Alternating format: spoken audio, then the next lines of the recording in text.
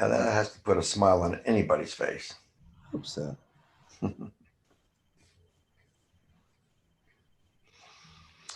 The rock Oh, of salvation. Yet, if the Holy Spirit can commute each sentence that you laid upon yourself into a blessing, then what you perceived required sentencing and punishment cannot be a sin. Sin is the only thing in all the world that cannot change. Sin is immutable, and on sin's changelessness, the egoic world depends. The magic of the world can seem to hide the pain of sin from sinners and deceive with glitter and with guile. Yet each one who perceives sin knows the cost of sin is death. And so it is that due to his belief in sin, death becomes the cost of sin. For sin is a request for death, a wish to make this world's foundation, which is sin, sure as love, dependable as heaven, and as strong as God Himself.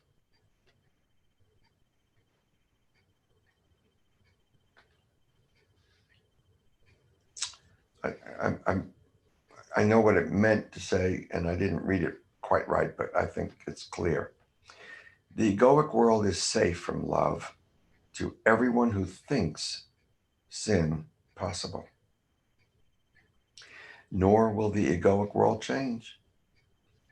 Yet is it possible what God created not, our egoic world, which is based on our belief in sin, should share the attributes of God's creation when the egoic world opposes God's creation in every way? Great question. The Holy Spirit's thought system rests on truth, which is the will of God. This will is all powerful. The egoic world and its thought systems are based on illusion. And illusion can appear mighty only against another illusion, since illusions can come in various degrees of difficulty. Some illusions appear to be more powerful than other illusions. When any illusion is brought before the light of truth, all illusions disappear into the nothingness from which it arose. In the realm of time and space, this egoic world, made from error, cannot stand against the correct perception of the Holy Spirit, which is based on the reality of what we are. It cannot be the sinner's wish for death is just as strong as is God's will for life, nor can the basis of a world God did not make be as firm and sure as heaven. How could it be that hell and heaven are the same? And is it possible that what God did not will cannot be changed? What is immutable besides God's will? Let me say that differently, even though it's clear. What is immutable besides God's will? And what can share the attributes of God's will except God's will? What wish can rise against God's will and be immutable? If you could realize nothing is changeless but the will of God, this course would not be difficult for you. That's a huge sentence. If you could realize nothing is changeless but the will of God, this course would not be difficult for you. Everything that we Keep worry going. about, it's Keep changing. going. What? Keep going. The next sentence. Keep going. For it is this fact that nothing but God's will is changeless that you do not believe. Yet there is nothing else you could believe except that only God's will is changeless. And if you but looked at what this egoic world that was made from error really is. Sorry, now tell me what you were going to say. No, it said it just Okay. like you thought. Yes. Only God's will is eternal. Real is defined by ACIM as the changeless. Everything in time and space is subject to change. It's not real. Ultimately, it's not real because it comes and goes. Ultimately, the only thing that's real is eternal stuff. Time was designed to measure change, but we never get to the finish line with it. Only in the illusion of the dream of separation does time have a purpose. Once the sonship is returned to knowledge, time has no change to measure. Change is only found in the illusory world of perception. Of course, it's illusionary. It's the illusionary world of perception that our decision maker has chose to identify with. It is due to the dreamer's identifying himself as being a real participant in the dream of separation that makes this world of our provisional reality appear real to us. Let's go back to what we said before and think of it more carefully. Since only the will of God is changeless, what would this mean? It must be so that either God is mad or is it must be so that either God is mad or is this egoic world a place of madness? Not one thought of God's makes any sense at all within this egoic world. And nothing that the egoic world believes as true has any meaning in God's mind at all. What makes no sense and has no meaning is insanity. And what is madness cannot be read until we scroll. Thank you. And what is madness cannot be the truth. If one belief so deeply valued here in the egoic world were true, then every thought God ever had is an illusion. If any of the laws of chaos are true, God's laws are insane. And if but one thought of God's is true, then all beliefs the egoic world gives any meaning to are false and make no sense at all. This is the choice your decision maker must make. Do not attempt to see this choice between truth and illusion differently, nor twist this choice into something that it is not. For only this decision of when you will freely choose for truth over illusion can you make. The rest is up to God and not to you to determine what is God's will and thus true.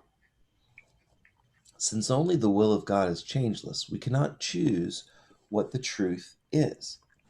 The egoic world of perception is based on the laws of chaos. The first law of chaos states that the truth is different for everyone. Mm. This egoic world was made to bear witness to the false idea that truth is not changeless. The ego tells us that we can choose what truth is when it is true, and even when a truth will no longer apply to us. To believe the truth complies and bends to our wishes is the mark of insanity. Yet we believe the truth is conditional and constantly changing, rather than accept the fact that truth just is and cannot be changed. The ego claims that we are the arbiters of truth. This is madness, since God's will has predetermined what is truth. In reality, there is only truth. Since God's will has predetermined what is truth, in reality, there's only truth. Because we are an extension of God ourselves, our will and God's will are the same. We also have been given a free will. But, as ACIM points out, free will doesn't mean you can establish the curriculum. It means only that you get to select what you want to take at a given time, what you elect. God's will has established the curriculum that will return us to the truth of what we are.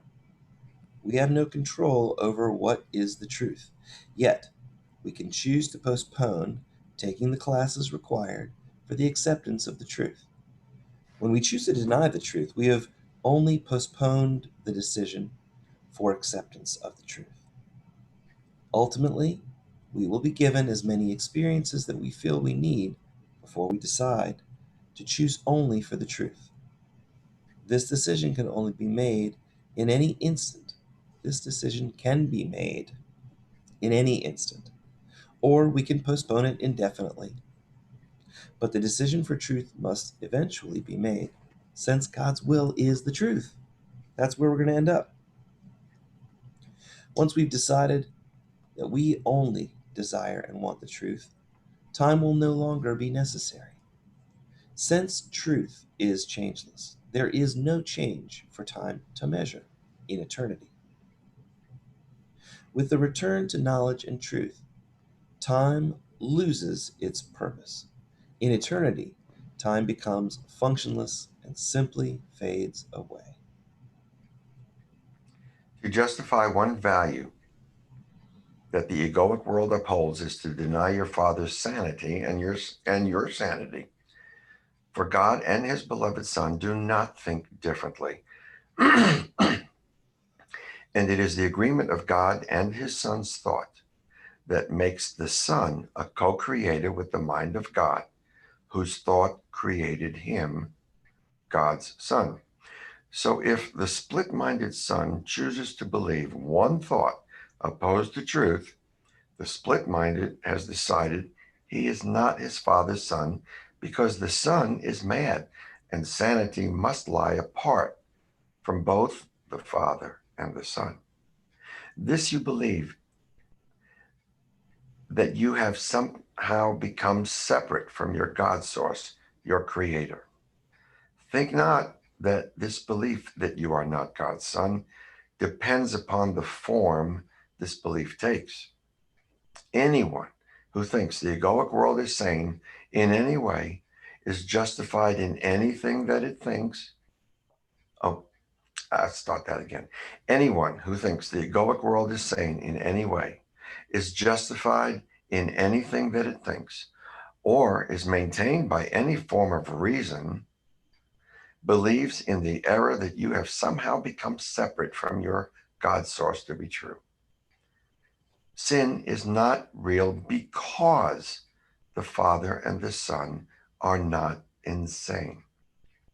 This egoic world is meaningless because the egoic world rests on sin. Who could create the changeless if the egoic world does not rest on truth? I got to read that last sentence again. Who could create the changeless if the egoic world does not rest on truth? Lee, help me If the with that truth is sentence. constantly changing, then we're not working our way to the eternity view Okay. of what the final situation is. And so really the goal is to keep your eye on the goal and not on the shifting sands that are the path that lead to that goal. We keep Or as John saying we know the Lewis, truth, but we only know the truth from our own perspective, where we're at along that path as we're getting to the ultimate goal. And God has finished the thoughts of what it's going to be like. He knows where eternity is. We can't even come close to seeing it. So our own decisions only guide us away from where our ultimate goal is. and eternity is not just time going on for a really long time. It's a totally different paradigm, It's a which, totally different dimension. Eternity is outside of the realm of time, mhm, bigger than the realm of time. mhm. You could call it the fifth dimension if you wanted to. Oh, I think we should. And John Lewis, by the way, one of the people that we're celebrating these days, who has passed, said, "Keep your eye on the prize," and that's what you were saying, Lee. That was one of his favorite Well, statements. Keep your yes. eye on the prize. ACIM defines real as changeless and eternal. In the world of perception, everything is constantly changing, since perception is based on our shifting beliefs, wants, and desires. Lacking the stability of truth, our illusionary world of perception lacks stability. This, the unstable mind, is an insane one, since it believes that its own crazy mind is the arbitrator of truth. Arbitrate. Yeah, Yep. you said it right. The thought of separation is a decision that attempts to make the false true and the true false. And we'll pick it back up tomorrow. Get more truth. Wonderful.